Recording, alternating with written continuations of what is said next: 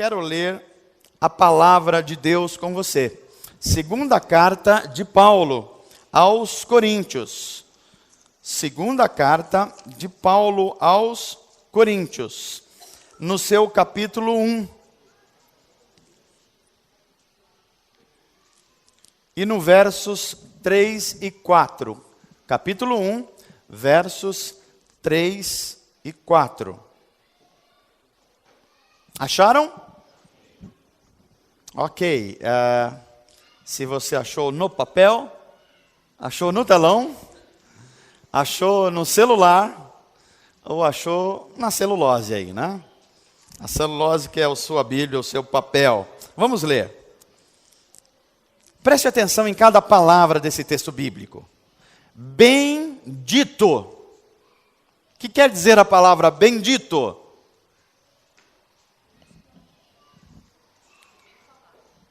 Fale bem, elogie. Bendito seja o Deus.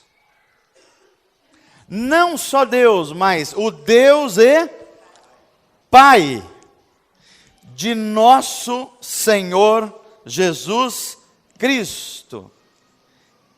E olha a força do texto bíblico. Seguinte: Pai das misericórdias e Deus de toda consolação, que nos consola em todas as nossas tribulações. Para quê? Para que com a consolação que recebemos de Deus, possamos consolar os que estão passando por tribulações.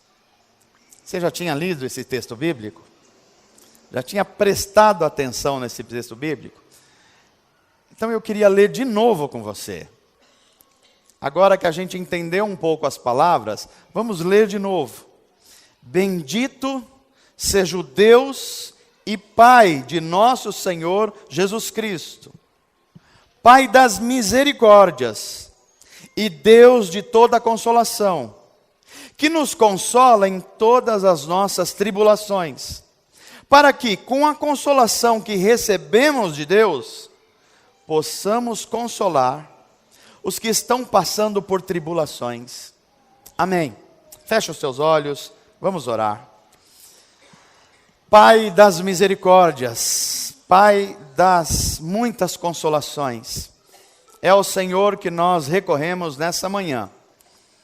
E essa manhã é sempre um misto de grandes alegrias, mas também de grandes apreensões. Há sorrisos e há choros. Há saudades da ausência, mas nem sempre há alegria pela presença. Então nos ajuda, Senhor, a entender que o Pai de nosso Senhor Jesus Cristo é também o nosso Pai. É o Pai das misericórdias, é o Pai das consolações. E é a Ele que nós recorremos no meio das nossas fraquezas, das nossas incompreensões. Que esse Pai derrame sobre nós o seu Espírito nessa manhã, de tal forma que seja um bálsamo de Gileade, que seja um óleo precioso nas nossas feridas, e que nos cure a alma, o coração, e nos dê um espírito pronto, mesmo quando a nossa natureza humana, a carne, é fraca. É esse espírito que gera vida, que gera poder, que gera um amor inexplicável em nós. É que nós recorremos. Visita-nos de novo e mais uma vez, por tua graça, por tua misericórdia, em nome de Jesus e para nossa alegria. Amém. Pai, 3 letrinhas. 3 letrinhas que a gente poderia usar como um um acróstico. Um acróstico é uma sequência de letras em que nela você pode fazer frases a partir das iniciais. Pai, P, A, I. O que você construiria com essas 3 letras? Se alguém pegasse uma folha e colocasse essas palavras na vertical, P, A, I. Que frases você construiria a partir dessas 3 letras? Alguém tem uma ideia aqui? Por? E o I é o quê? Desculpe. Importo. Imploro. Por amor, imploro. Ok. Tem mais alguma ideia aqui? Por amor incondicional. O que mais que a gente poderia falar a partir dessas 3 palavras? Olha só. Ouviram? Fala mais alto, Alberto. Poderoso, amoroso e infinito. Posso ajudar os irmãos. Vocês são criativos, está vendo só? A gente poderia construir aqui um monte de frases. Ou a gente poderia falar, como já foi falado de modo semelhante, portador de um amor incondicional. Isso é pai. Pai na Bíblia é uma das coisas mais impressionantes em termos de conceito. Porque no Antigo Testamento a ideia de pai é uma. No Novo Testamento a ideia de pai é outra. Tenta imaginar comigo, no começo da criação humana da humanidade, Deus faz um homem, seu nome é Adão. E Adão começa a conviver entre a criação de Deus, os animais, por exemplo, o Éden lindo. Mas ele olha para baixo dele, ele vê a criação, que ele deu nome. Ele olha para cima e vê Deus, com quem ele se relaciona. Mas ele olha para os lados e ele não vê ninguém como ele. E Deus amoroso faz Eva, a mulher. E eu não sei se você já pensou nisso, mas Adão, ele toma uma anestesia geral de Deus. E quando ele acorda, ele já vê Eva na frente dele. E o Adão só tinha visto leoa, girafa. Você já pensou nisso? Mas aí daqui a pouco ele olha e vê alguém muito parecido com ele. Muito parecido com ele. Eu penso que o Adão olhou para Eva e falou assim: uau!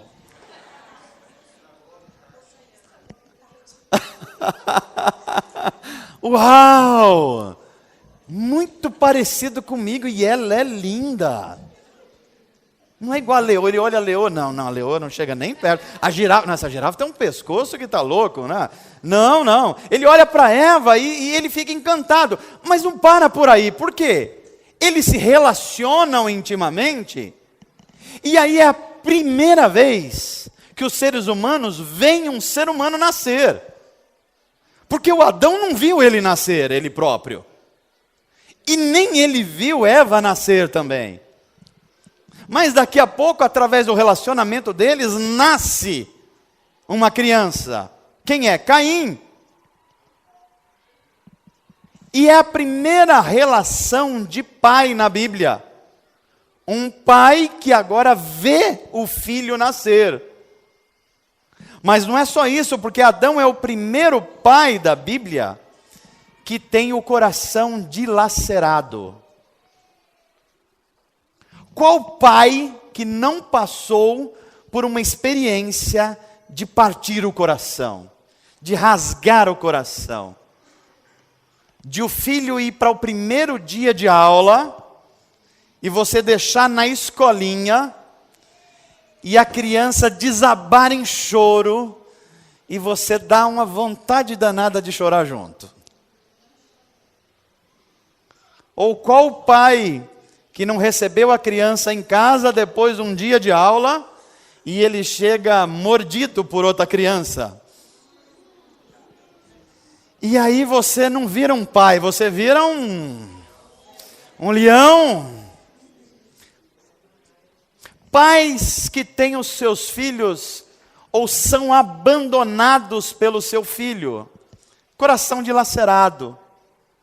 Pais que olham num filho e não vê o seu caráter reproduzido nele, porque ele é capaz de matar o irmão, como Caim fez com Abel. Adão, o primeiro pai com o coração dilacerado. Mas aí a história continua, e outro grande pai da Bíblia é Noé. E Noé é um pai em que os filhos têm que ter paciência com ele, inclusive.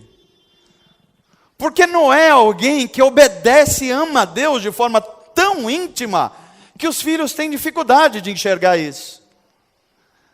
Obedece tanto a Deus, que Deus dá uma ordem para ele para construir um grande barco. E um grande barco a milhares de quilômetros do mar. E aí, os filhos olham para o pai velhinho e falam assim: o nosso pai já está velho, né? Nosso pai já está talvez meio variando. Ele está falando em construir um barco. A gente não tem nem rio perto, quanto mais mar. Que barco é esse? O nosso pai não está bem. Quem já não ouviu isso de um filho? Ah, pai, o senhor já envelheceu. Já passou a sua época. E se não bastasse isso, Noé era um agricultor. E como agricultor, ele teve uma grande colheita e era de uva. E o Noé foi tomar um pouquinho de vinho e tomou um pouquinho mais da conta. E o Noé ficou trocando as pernas. E não só trocando as pernas, que a coisa ficou tão feia com o Noé, que ele bebeu tanto vinho, que ele não se deu conta e tirou as roupas. Está na sua Bíblia isso aí. E o Noé fica naquela situação terrível. Dentro da cabana, sem roupa, bêbado, e os filhos preocupados com o que a gente faz com o pai. Aí um filho engraçadinho, chamado Cã, perto de Cão, Cã, vai lá e quer tirar uma onda com o pai. E ele vai lá e fala: olha o pai peladão. Se isso é desrespeitoso hoje, imagina 3.500 anos atrás. Um pai que tem a sua intimidade invadida. Esse é Noé. Mas a história bíblica ela continua e a gente chega num outro pai. Abraão. Quem é Abraão? Alguém que achava que não seria pai. E quando ele é pai de uma criança como escrava egípcia. Portanto, era uma paternidade não muito bem resolvida.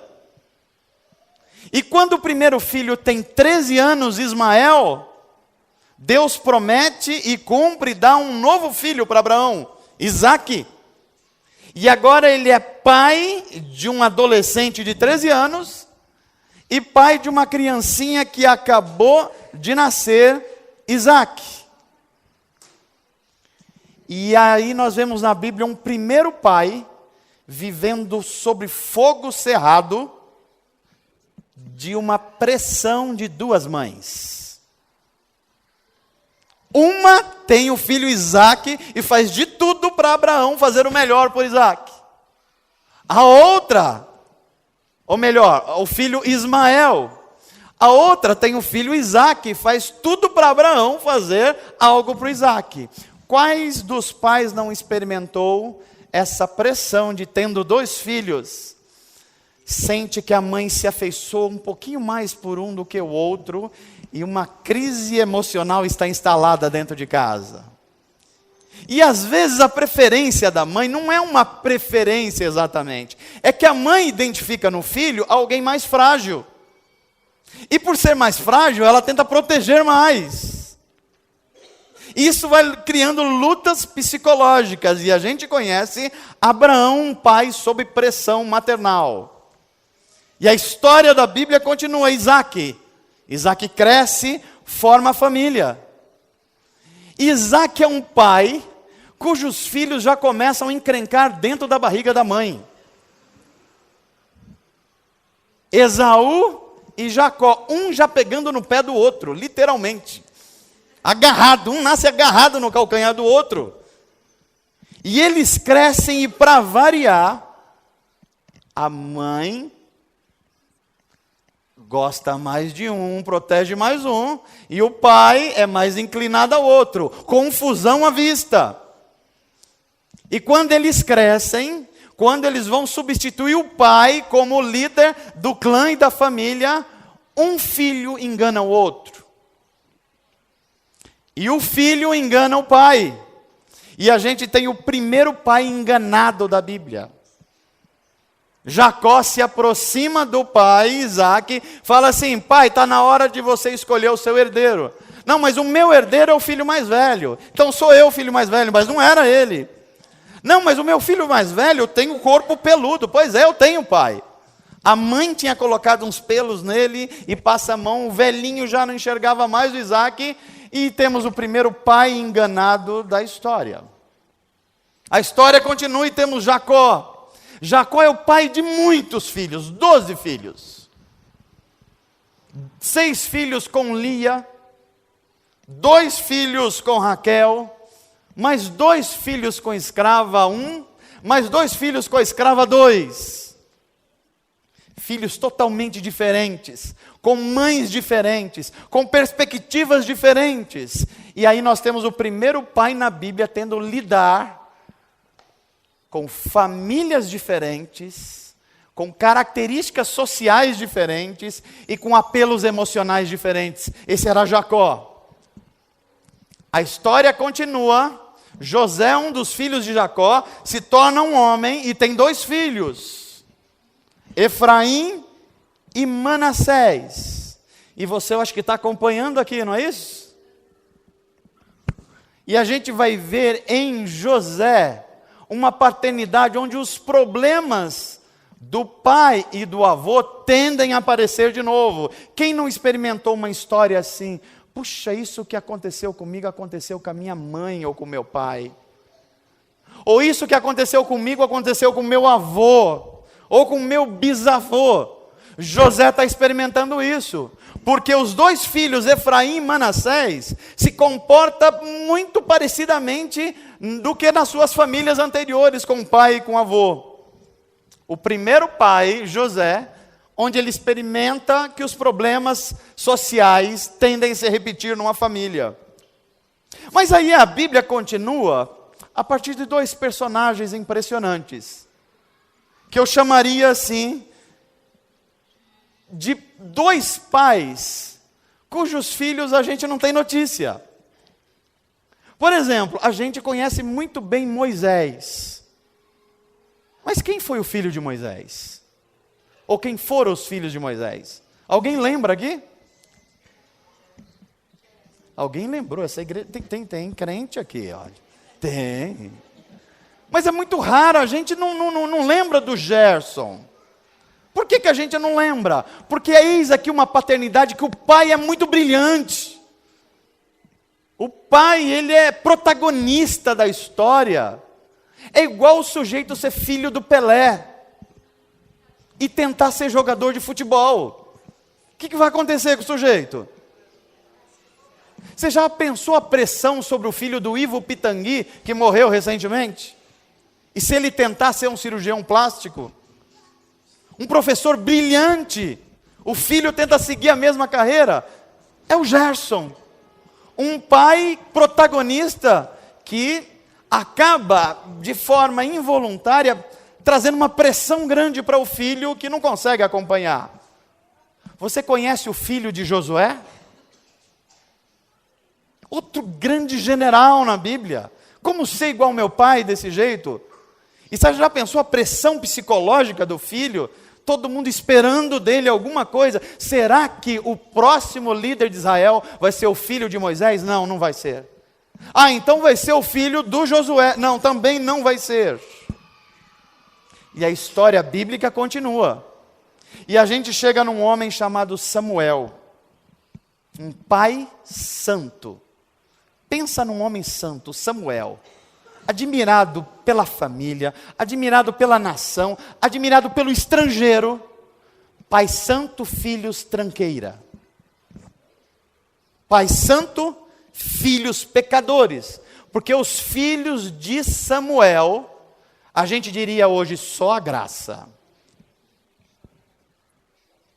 Aí a história continua e nós chegamos em Saul.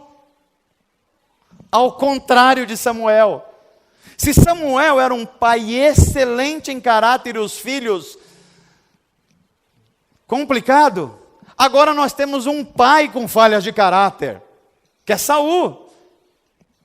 Um homem cheio de ciúmes, um homem inseguro, um homem problemático, como o primeiro rei de Israel. Mas tem um filho fantástico, Jonas. Uma pessoa de uma sensibilidade humana, o maior amigo que Davi já teve. Uma amizade tão grande com Davi e Jonatas, que a Bíblia chega a um termo que deixa a gente meio desconfortável quando conta a história de Jonatas. Que fala assim, Davi amava tanto a Jonatas como amigo, que era como o amor de mulheres. Olha que expressão forte. Saul, um pai de caráter duvidoso, mas Jonatas, um filho muito bom caráter. E a história continua e a gente chega na paternidade de Davi. E Davi tem vários filhos. Eu queria ver, você que assistiu às séries de TV, se você não aprendeu pela Bíblia, eu espero que você tenha aprendido pela televisão. Quer ver? Diga aí para mim um dos filhos de Davi. Salomão, não é isso? Mas vai adiante aí. Absalão, quem mais? Isso. Quem mais? Davi tem 1, 2, 3, 4, 5, 6 filhos, 10 filhos, 12 filhos, 18 filhos, 19 filhos. E há uma dúvida se ele teve o 20º, porque tem um nome lá meio estranho na Bíblia, mas Davi teve entre 19 e 20 filhos. Os filhos de Davi, eles vão repetindo as características de Davi, para o bem e para o mal. E nós temos em Davi uma paternidade atávica. Deixa eu explicar isso para você. Não é língua estranha isso. É só uma palavrinha diferente. Atavismo é uma característica psicológica e biológica que vão aparecendo nas gerações. Por exemplo, o pai se comporta de um jeito, aí o filho se comporta bem parecido, aí o neto também. O nome disso é atavismo. E é isso que vai acontecendo com Davi e os seus filhos. Um vai puxando o lado mais guerreiro, outro um lado mais mulherengo. Manja Salomão? 700 mulheres. 300. Como é que eu chamaria isso? Você sabe, você entendeu. Davi vai distribuindo as suas características como pai. E Salomão herda essas características de Davi. E Salomão é um cara muito interessante da gente olhar como pai, porque ele tem, eu estava contando aqui as de Davi, as mulheres de Davi, preguei esses dias, mas as de Salomão eu teria que fazer uma série de 5 anos para pregar as mulheres de Salomão. Como isso não é possível, eu queria que você atentasse, um homem que teve 1000 mulheres, mas conforme a Bíblia só teve um filho. Um filho, Roboão, um pai de 1000 mulheres e de um filho. E parece que Salomão não teve muito sucesso em educar bem o seu filho.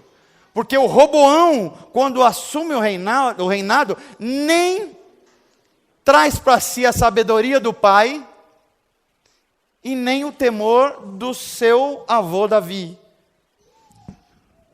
Aí nós temos o Salomão, 1000 mulheres, e só uma paternidade.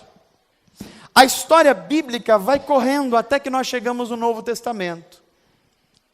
Eu não sei se você foi percebendo, mas a Bíblia, ela não esconde os problemas dos seres humanos. Ela conta que o Noé pirou mesmo e se embebedou. Ela vai contar que o Salomão pisou na bola mesmo. Ela vai falar que filho de crente, crentinho não é. Filho de crente pode ser cretino e não crentinho. A Bíblia não esconde isso. E que é uma responsabilidade em cada um de nós. Uma responsabilidade que a gente vai passando de geração em geração. Aí termina o Antigo Testamento. E quando termina o Testamento, nós entramos no Novo Testamento. Aí surge um pai que ninguém aqui deixa de lembrar dele. O pai do filho pródigo.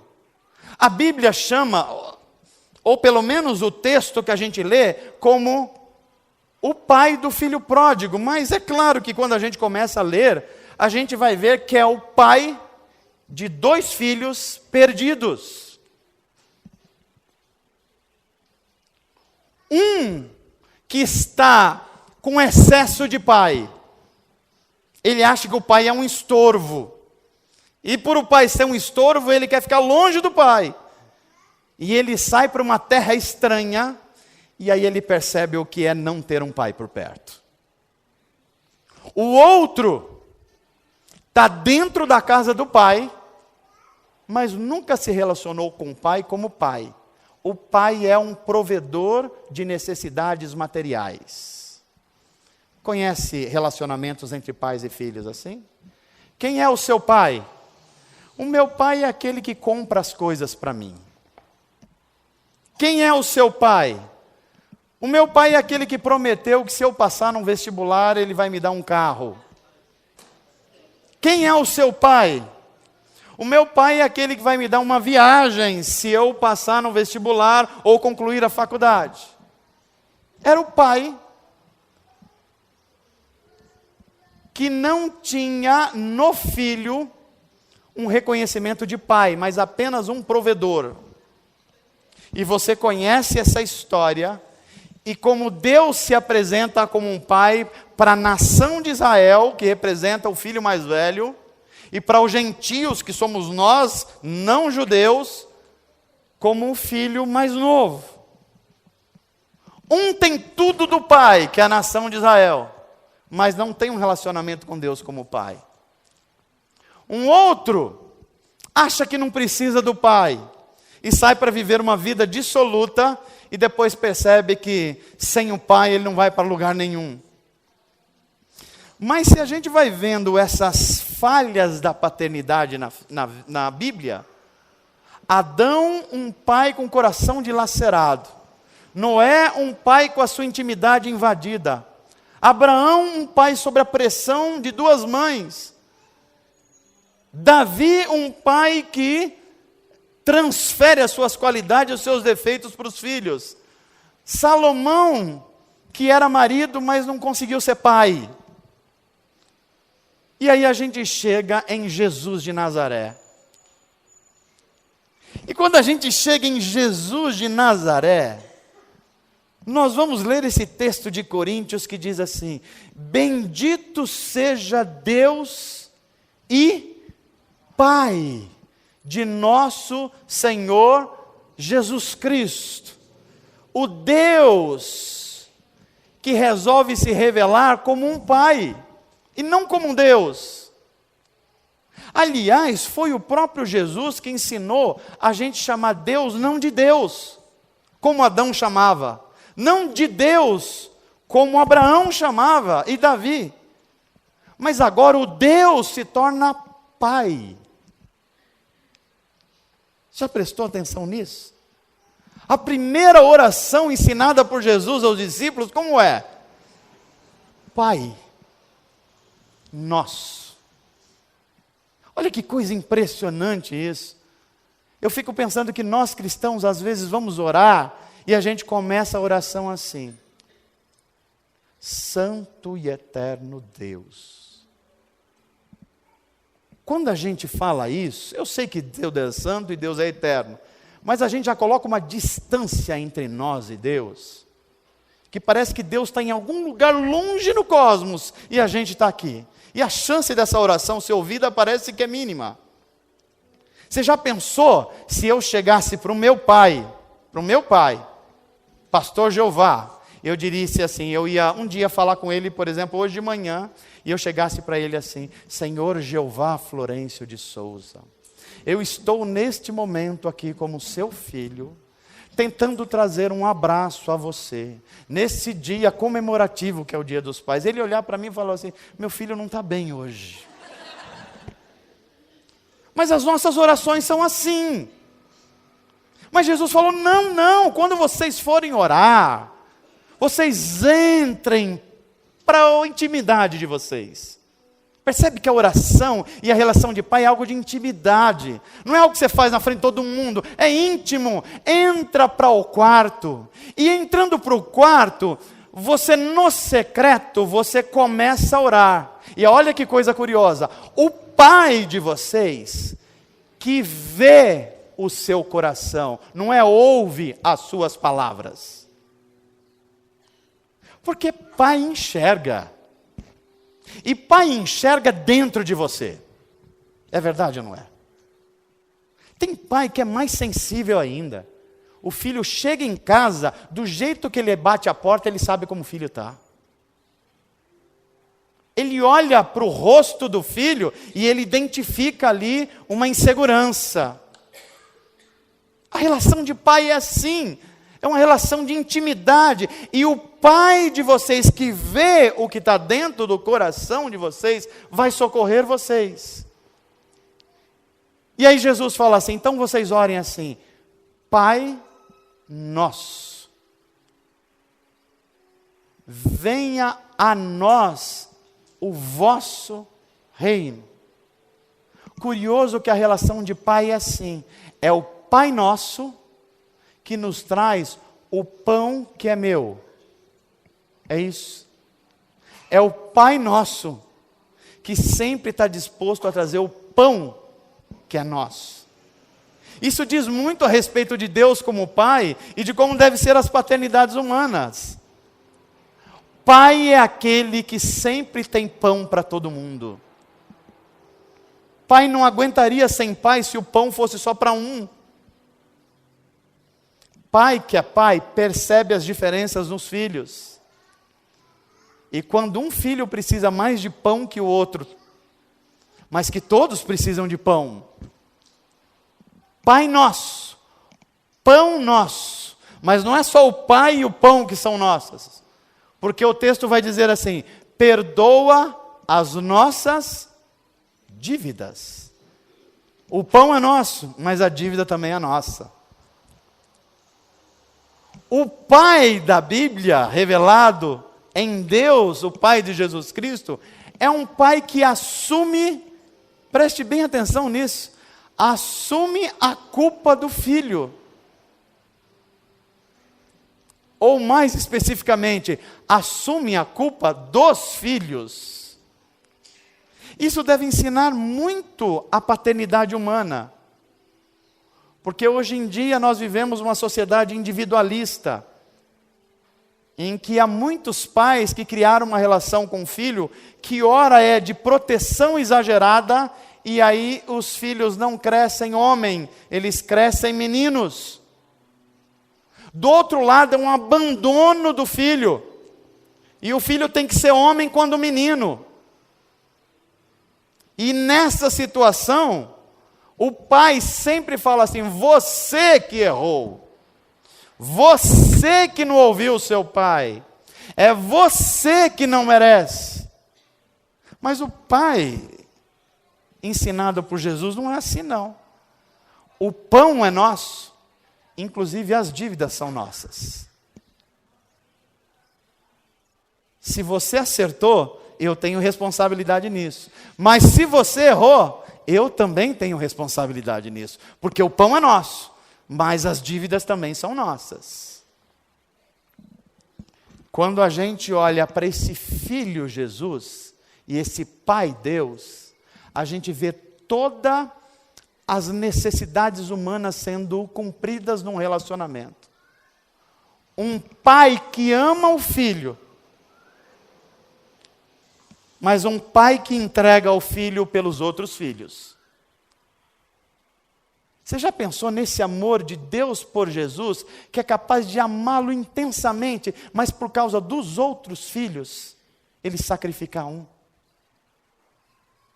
Eu fico pensando em você que é pai, se você não passa por isso sem se perceber.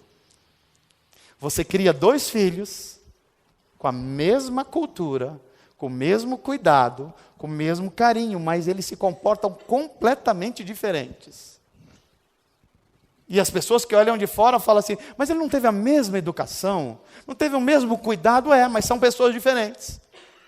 E às vezes o pai que ama um e ama o outro, vai ter que sacrificar um pouco um, por causa das dificuldades do outro. Um é até certo, mas terá que ser sacrificado por algum que não é tão certo. Deus tem Jesus, o Filho perfeito, mas tenho eu e você, filhos imperfeitos. E Ele entrega o seu Filho perfeito, para que os outros filhos imperfeitos pudessem ser cuidados também. Quando Deus olha para Jesus, e olha essa cena, Jesus está sendo batizado por João, e quando Jesus é batizado, uma voz do céu brada, e diz o que mesmo, gente? Este é o meu filho amado, em quem eu tenho grande alegria. É como se Deus estivesse dizendo assim, isso que é um filho. Olhem para ele, filhos. Sejam como ele, filhos. Eu estou dando um modelo de vida para vocês. Ele não é como Caim, que foi amado e não correspondeu a esse amor. Ele não foi como Cã, o filho de Noé, que amado, desnudou o pai e deu risada dele. Ele não foi como o filho Davi, o Salomão, que não conseguiu amar a Deus com todas as forças como o pai. Esse não, esse é o meu filho amado, ele é a exata imagem de mim mesmo. Quer conhecer a mim como pai? Pode olhar para o filho. Você já pensou se a gente pudesse falar assim na sociedade, olha, meu pai é um sujeito excelente caráter, quer conhecê-lo? Pode conhecer a mim. Como seria a imagem dos nossos pais? A partir da nossa imagem.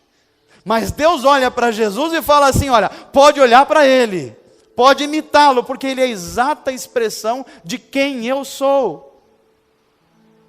Aí a gente olha para Jesus, e Jesus olha para o Pai Deus e fala assim, Pai, eu sei que sempre o Senhor me ouve. Eu às vezes falo contigo, mas nem precisava falar. Eu estou falando porque os meus discípulos precisam entender que a gente tem intimidade, mas eu nem precisaria. Porque pai e filho que tem intimidade, não precisa de muita conversa. Eles se entendem pelo olhar. Eles se entendem num abraço, um abraço de estudo. Eles se entendem pelo comportamento. É o que Jesus estava falando assim. É assim que eu conheço o meu pai. Eu estou nele, ele está em mim. Mas olha que curioso, João vai terminando o seu evangelho, e ele faz uma oração pelos seus irmãos, Jesus, e fala assim, Pai, assim como eu e tu somos um, a minha oração é que eles também participem dessa roda de amor, dessa amizade. É Jesus chamando todo mundo para a sua família. Que pai extraordinário é esse? Um pai tão bom, que Jesus, uma vez questionado por que ele não saía para balada, por que ele não saía para a vida, por que ele não saía para curtir todas, aí ele olha para os discípulos e fala assim, a minha comida e a minha bebida, ou seja, eu me alimento disso, é fazer a vontade do meu Pai. Deus, o Pai da Bíblia, que viveu as dores e as alegrias da paternidade. Mas o texto que nós lemos diz assim, bendito seja esse Deus, Porque ele não se resumiu em ser Deus, ele se tornou Deus e Pai. Em se tornando Pai, ele não se tornou só Pai de Jesus Cristo, ele se tornou o Pai Nosso. O Pai Nosso que está nos céus. O Pai cujo nome deve ser santificado. O Pai que a gente ora e diz assim: venha o teu reino. O Pai que a gente confia tanto na vontade dele, que é boa, perfeita e agradável, que a gente ora assim: seja feito a tua vontade. E seja feita a tua vontade aqui na terra, nos nossos limites, nos nossos problemas, assim como é feito no céu. E aí o que nós precisamos, o pão nosso, o Senhor nos dá hoje. Porque amanhã, o pão de amanhã o Senhor vai dar também. Às vezes eu estou lendo esse trecho bíblico e eu me lembro de como Jesus ensinou a gente a ter um coração de criança e uma mente de adulto. Um coração de criança e uma mente de adulto. Porque quando o filho tem isso invertido é um desastre.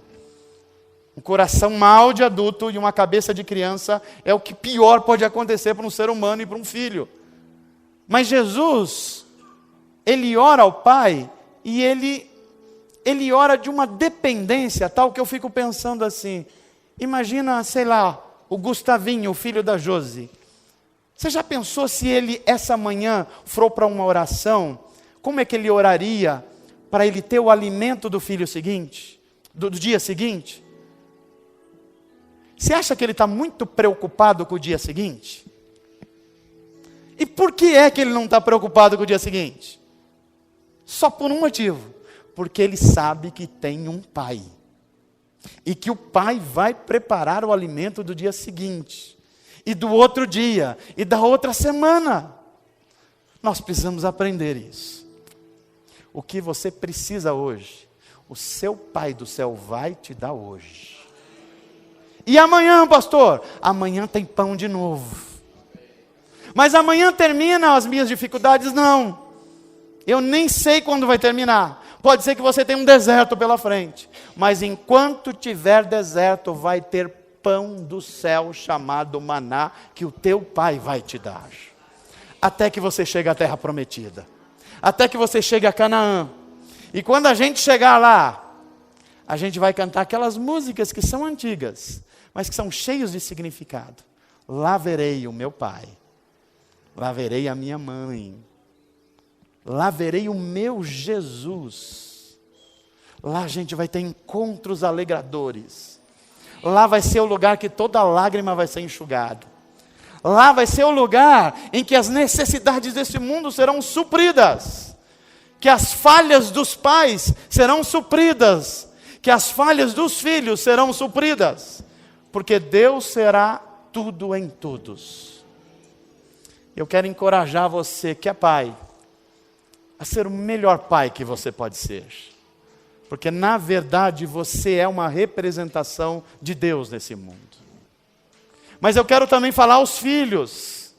Seja o melhor filho que você puder ser.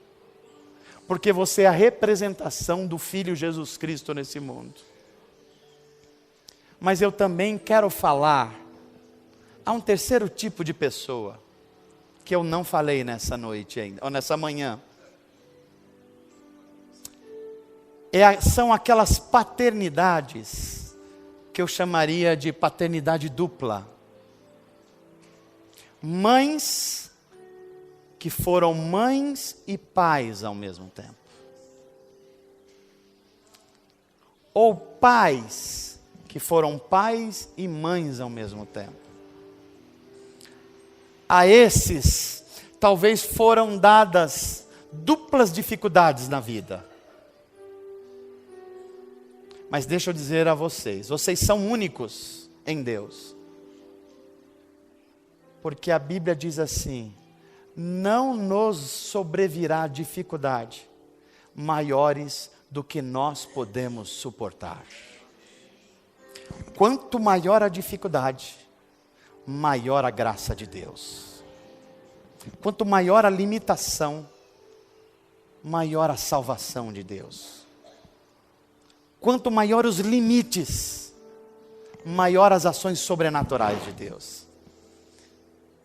Sinta-se consolado por Deus nessa manhã, como pai, como filho, ou como uma mãe que é pai, ou como um pai que é filho.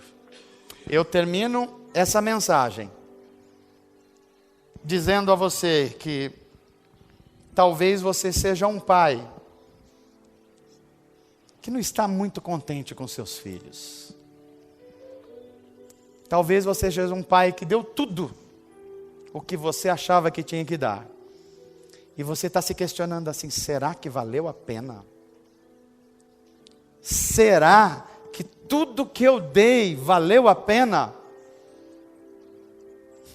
O Fernando Pessoa tem um poema que diz assim, tudo vale a pena, se a alma não é pequena.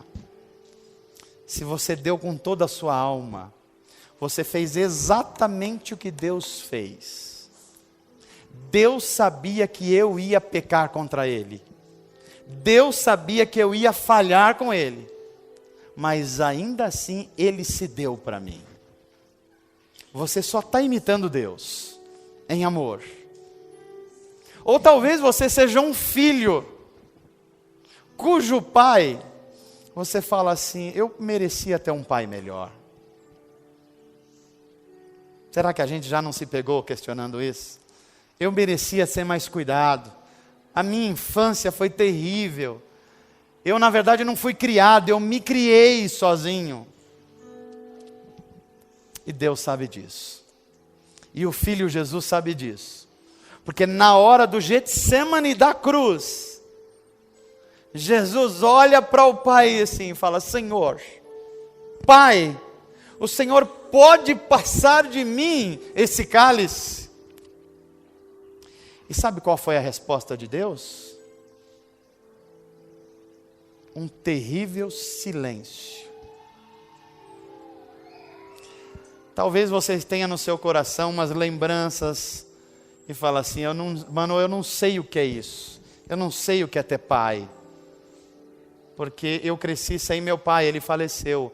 Ou você cresceu com um homem, mas você não identificou esse homem exatamente como pai. Saiba que Jesus, nos estertores do momento da cruz, ele também ouviu um profundo silêncio. Mas sabe como ele orou? Pai, eu não sei se o Senhor vai fazer o que eu pedi. Contudo, seja feita a tua vontade. E eu quero encorajar você a orar desse jeito. Senhor, eu não tive tudo o que eu queria. Eu não tive o que precisava. Eu não conheci esses sentimentos de amor. Mas seja feita a tua vontade na minha vida. A tua graça me basta. Enquanto eu tiver deserto, vai ter maná do céu. Enquanto tiver pão, eu sei que esse pão não é só de uma pessoa, é nosso.